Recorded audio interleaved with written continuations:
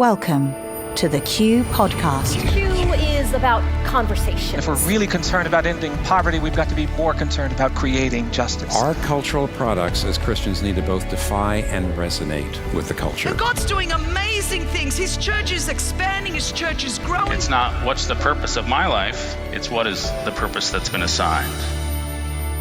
Stay curious. Think well. Advance good. This is Q.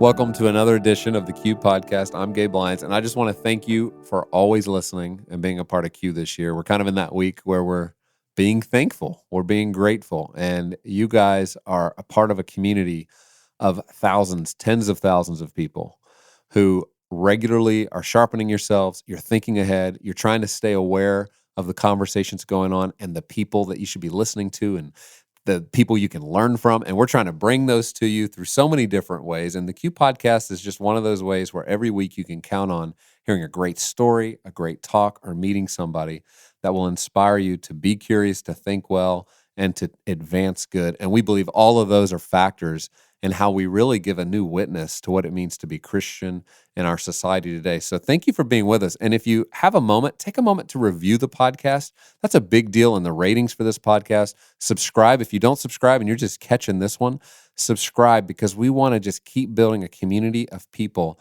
who are learning together. And in addition, there's always Q Media. And Q Media is a platform we've created that brings Q into your home, brings it into your office, into the staff room for those that you lead, whether it's at a university, a college, a business place, a workplace.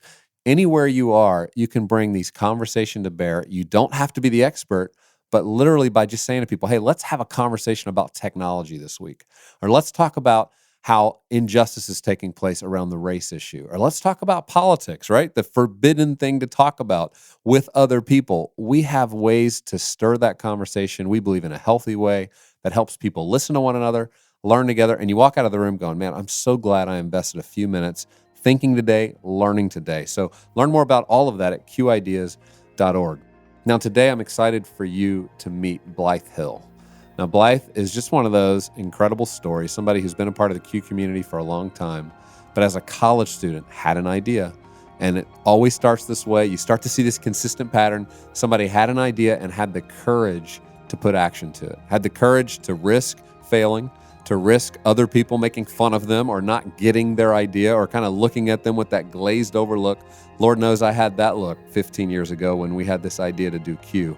But for those of you out there who have the beginning of an idea, spark, but you need a little bit of inspiration to carry forward, Blythe Hill is going to give you that today. I'm going to talk to her about what she created 10 years ago called Dressember. You're going to hear all about it. Of course, it sounds like December, and there's a reason for it. And I want you to hear how this one idea has started to become a movement amongst students, amongst adults, amongst people who really care about addressing an important issue. So let's listen in now to my conversation with Blythe.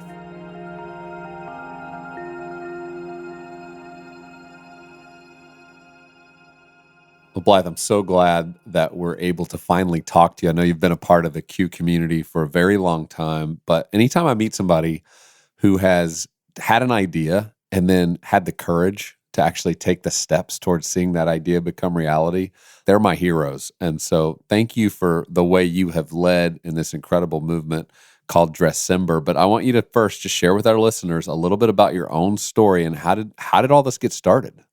Yeah, well, thank you. It's a very generous statement. So Dressember, it's an anti-human trafficking nonprofit organization, and we have our annual campaign every year in the winter. But it started as just this personal style challenge with no campaign or cause element attached to it. I started it when I was in college, really out of kind of just a need for a creative outlet while I was in grad school. Yeah, you kind of can get bored in grad school, right? So you're like, I gotta do something other than just study. And I mean, did you come up with the name? I did. I love puns. That's kind of what sealed the deal for me. Is like, oh my gosh, that name is so good. I was like, just on a whim, like, well, what if I tried wearing dresses every day? And it happened to be November that I had the idea. And so then December was the next full month. And I was like, oh, month of dresses in December, Dressember. Like, I Yep. love that. And so the idea is that people commit to dressing a certain way in the month of December to raise awareness. Talk a little bit about what they're raising awareness for and how this functionally works and who tends to do this. Is it mostly just college students? Great question. So, yeah, we have thousands of people across the world who commit to wearing either a dress or a tie, or every once in a while there's someone who wears a kilt, which is kind of fun, during every day during the month of December as a way to raise awareness and money for anti-trafficking programs across the U.S. and across the world. And we have we're learning like two very different populations that participate. There's like the super passionate, energetic, like college community. And then there's also parents of young or grown children who participate as a way to kind of lead an example of advocacy to their children or participate with their children, which is really fun. Yeah.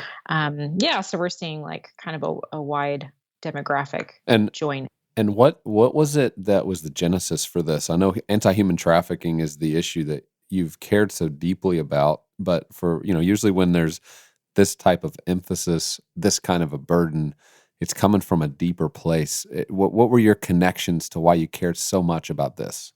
Yeah, I first learned about human trafficking probably around 2005. I really just like stumbled on an article about sex trafficking in India and was just stopped in my tracks. Like I could not believe that this is happening and it's happening on the scale that it's happening. And I really took for granted the reason that I felt this like personal urgency about it. And I thought like, oh, everyone would feel this way if they knew what was happening.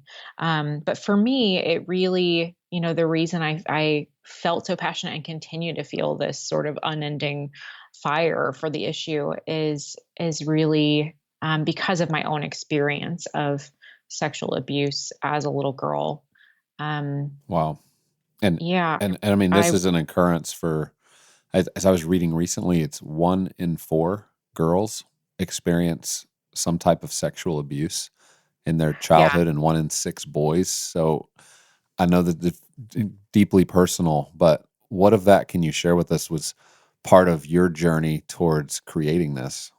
Yeah, I think, just having this glimpse into the impact of sexual abuse on a person. Like I was around 4 or 5 when I experienced my abuse, and it took years, like I would even say decades, to really process the impact of that experience and heal and forgive and move forward. And so every sort of all the weight of shame and guilt and the impact on identity and worth that it has on a person, it's really heavy and it's really complex. And so it just it just continues to fire me up, and it's given me this passion for primarily women and girls, but it does also impact men and boys. But this idea of restoring dignity to people who have been exploited is just something I'm so passionate about. Well, you must be thrilled too how this has moved. I mean, I think about the first Q we did, 2007. We had a talk on human trafficking, and it was a topic that was really new, and people weren't talking about it a lot. There wasn't as much data and information. It was right at the beginning of that movement where International Justice Mission was focused on it, and people were starting to learn about it. And it felt like the church and Christian leadership said, this is something we need to do a lot about. But now that I look back over that last 12 years, it's just been pretty great to see all of the awareness, attention, and strategies that have gone into that. As you look back, are you satisfied with how much this topic has become top of mind for so many people? I definitely celebrate how much the awareness has grown around it, especially within the church, and how much the church has taken this up.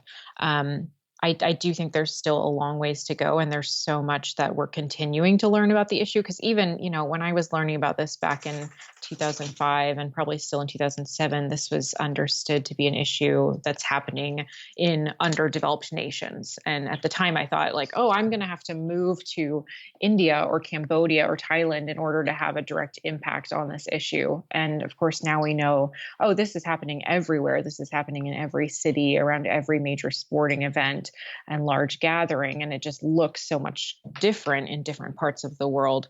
And I'm still learning. I consider it a huge responsibility for myself and my team to continue to learn how this issue is appearing and evolving, and the populations that it's affecting in different parts of the world. I mean, the overlap with foster care and Native American populations is really just startling here in the US. And then, of course, everything with labor and the apparel industry and coffee and chocolate, and just it can be pretty overwhelming. But I think it's important to become aware of all the different iterations of it so that we can begin to take action and raise our voice and use our spending power and demand policy changes. Well, the conversation around sexual abuse, objectification of women, I mean, that has picked up a lot of speed and momentum these last 2 years. The Me Too movement comes to mind, as a movement that's helped people start to become aware of some things that were happening that they never even had paid as much attention to. There's been almost a sense of shaming, right, to those who have driven this kind of behavior or at least accepted it. There's a lot of ironies, of course, in our culture where, in some ways there's a lot of shaming for that, but then in other ways in our entertainment, you just see it celebrated, right? And so it's a bit of a conflict happening there. But how has the last couple of years of increased attention started to allow people's voices maybe to be heard more, or stories to come forward that's aiding the movement? Yeah, I think it's so important because for so long has been such a stigma on abuse, and there still is tremendously in some parts of the world where, in parts of India or Southeast Asia, women will hide the fact that they were exploited because it's still perceived as this huge stigma and somehow their responsibility. But it's so important that we have conversations like this and this movement spread internationally, because what we're talking about ultimately is this idea of consent and bodily autonomy. And so if a person doesn't have those things or offer those things, what you're seeing on the very far extreme end of the spectrum of consent is exploitation and trafficking, but it is all very much connected and kind of stems from a larger problem of misogyny, or of the objectification of not just women, but people, that anyone exists for your pleasure or purchase. Those ideas are pretty insidious and just need to be uprooted in whatever way possible. And so Me Too is an incredible entry point to that. And then it's also just been amazing to see people kind of connect Dressember with their own abuse stories, or with the stories that they've now learned because people that they care about have shared through Me Too. And Dressember provides this opportunity to stand up and take action, take a stand for like, okay, this is not okay. It's not okay that women across the world are being exploited. It's not okay that women here in the US are being exploited. My own abuse is not okay, and or the abuse of my sister, friend, wife in the past, none of that is okay. And it's amazing what a simple action of standing up as an advocate does for others in your life who've experienced that sort of shame and abuse. Yeah, it gives you a sense of agency and empowerment that you can do something, and that your story matters, that it's helpful, the more exposure that can be raised for people to understand it's normal people like you or me who could have gone through this. And it gives people confidence to come forward and share their voice. Now, I know over the last decade, I mean, we're kind of on the decade moment for you of this idea, of you seeing it come to fruition. I mean, now over $7.5 million raised towards these anti-trafficking efforts, just from people deciding they're going to wear a tie or a dress in December. So this is a big month coming up right now for people who are listening and wanting to be involved. Talk a little bit about, how do people go about doing this? What are the steps they need to take? Do you have to wear a dress on Christmas Day? I mean, do you get that question much? Is there a certain No one's pajama ever dress asked that, that people actually. could wear, or would a robe count as a dress? Oh my gosh, that's so funny. Yeah, no one's ever asked that specific question. The ones we get are like, do I have to wear a dress like to work out or to bed is one. There's some great loopholes like, you don't need to wear a dress when you're performing manual labor or cleaning, or like if your job requires that you wear pants. It's like, okay, when you get to choose what you wear a dress or a tie. You can wear one to bed or to work out, and we have some great photos of people doing all sorts of things in dresses and ties, but you don't have to. So the steps to get involved are pretty simple. First step is deciding to be part of this, and that's honestly probably the hardest one, because there's sort of the mental obstacles of like, oh, do I want to do that, or it's really cold where I live, or fill in the blank. And I just challenge people, like, if you, well, I'll give an example. Some of the stories that people write in about, every year someone writes in and says like, okay, I was really skeptical about this. I thought like, what good can this really do? What impact can I really have? I'm just one person. Also, I hate wearing dresses, but I hate trafficking more than I hate wearing dresses. So I gave it a try. And the impact is just amazing, like on a person participating, and then on also all the people in their life and their network. It's just this, like, I still, after 10 years, can't put words to this crazy, just intangible impact. The act of every day, every morning, putting on this uniform of an advocate, looking through the resources and statistics that we send out every day, and really just having that be top of mind. Like, okay, today I am advocating for the dignity of all people and the inherent freedom of all people. There is something like intangible and inherently spiritual about that practice. So I'm getting bogged down in step one, but really it's the biggest step, is just deciding that fighting for the freedom of people around the world is worth it. And it's worth being uncomfortable in what's a relatively small sacrifice, but still a sacrifice to personal comfort if it's cold where you are, or if you don't like wearing a dress or a tie. Right.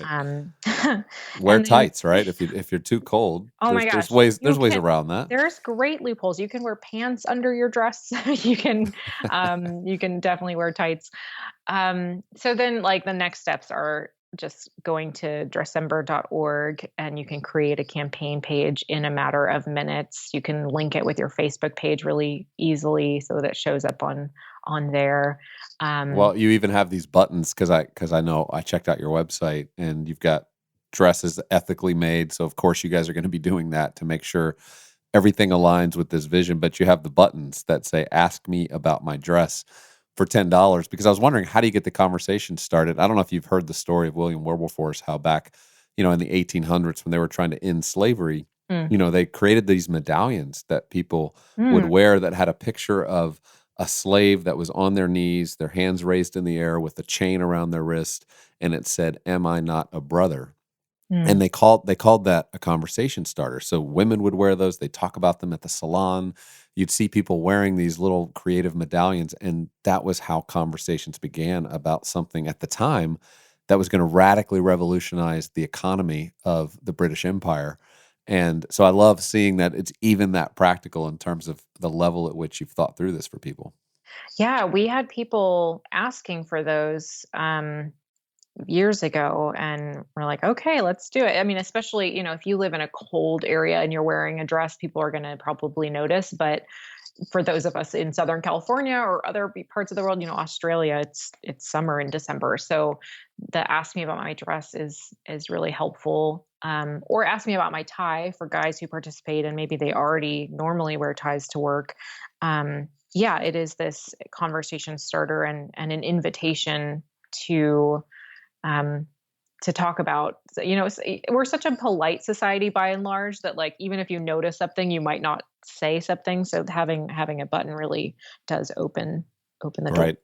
Well, in closing, I just want to say thank you for your leadership, for being bold enough to come up with what probably felt like a crazy idea that you weren't sure if people would jump on board, and you found a way to do it, and you went from dresses to ties so that it wasn't just women involved, but men could be involved.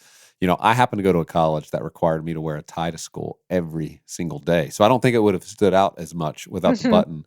But today, when you wear a tie, unless you're kind of working in the financial arena or a lawyer, there's only a few occupations, it feels like these days, where people wear ties. So it really stands out, especially if you see one of your friends doing it every day. That's going to beg a question. And what I love about this question is that it leads to people solving problems together.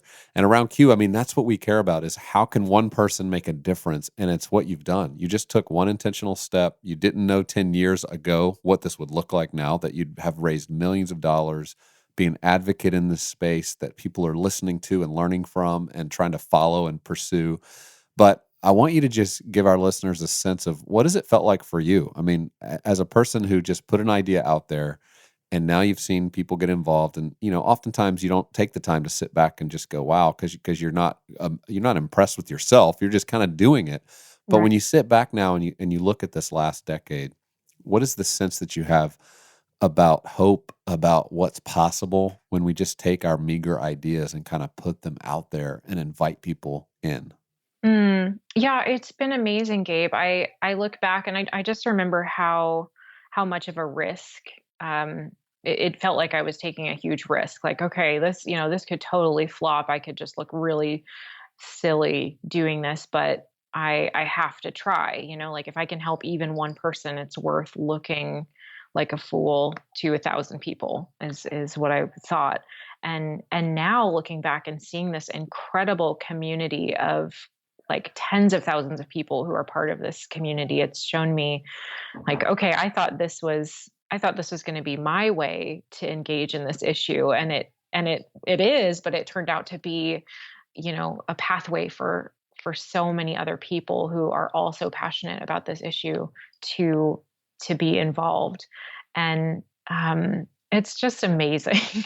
I also just see, I don't know that I would have actually said this 10 years ago, but looking back, like, I really don't think I thought that my actions mattered very much. I thought like, oh, I'm just one person. Like, what does it really matter what I do or what I buy? And now, now seeing the impact of Dressember over these years and the impact of the individual, there's this huge power in the collective, but the collective is made up of individuals who are deciding that their individual actions do matter and how they spend their money matters and the choices that they make matter. And it's demonstrated in the fact that, okay, when we make this tiny decision that feels so arbitrary, but like putting on a dress or a tie every day, that we can have this incredible impact. It's amazing. Like it really points to the fact that no, we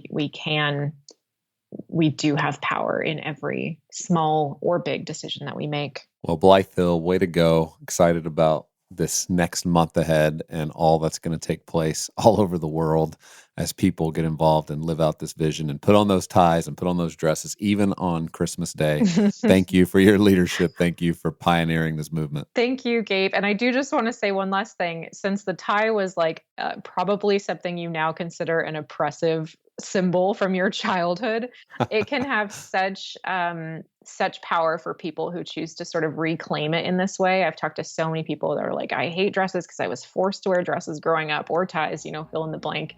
And then through Dressember, they were able to really redefine and reclaim what was the symbol of oppression for them personally. So I would just challenge you and invite you to consider reclaiming the tie. I'll try to overcome that oppression and even for participate and wear the tie again. All right. Thank you, Blythe. Yeah. Thank you, Gabe.